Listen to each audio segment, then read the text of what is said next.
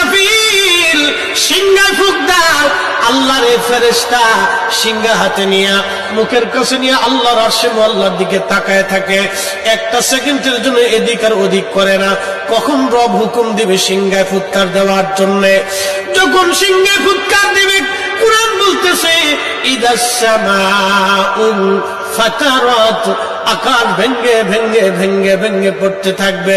ওয়া ইদাল কাওয়াকিবু তাসারাত, সমগ্র নক্ষত্রগুলি ভেঙ্গে ভেঙ্গে ভেঙ্গে ভেঙ্গে পড়তে থাকবে।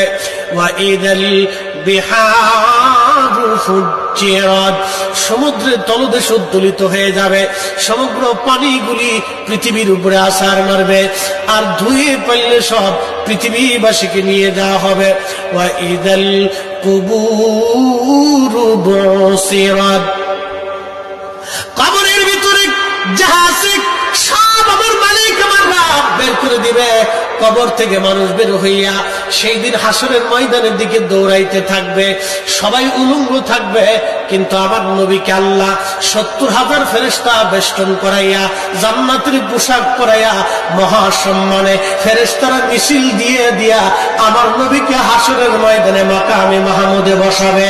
একবার জোরে বলা যাবে কি আল্লাহু আকবার। বাজান মুসলমান, খুব মনোযোগ দেন। হযরত ইউনূস আলাইহিস সালামের কথা বলছিলাম। মাছের পেটের ভিতরে ইউনূস, চিন্তা করলেন মরে গেলাম না বেঁচে আছি। লাড়াচাড়া দিয়ে দেখলেন না বেঁচে আছি। দাঁড়াই গেলেন খোদার পয়গম্বর, দাঁড়াই দিয়ে সেজদার মধ্যে পড়ে গেলেন। মাছের পেটের মধ্যে সেজদার মধ্যে পড়ে বলতেছে লা ইলাহা ইল্লা আনতা সুবহানাকা।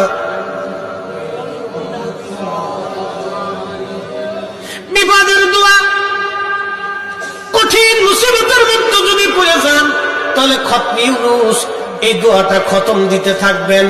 আল্লাহ যখন ইউনূস আলাইহিস সালাম এই জিকির শুরু করলেন, ইউনূসের এই জিকির আর ওই মাছের পেটের মধ্যে রইল না।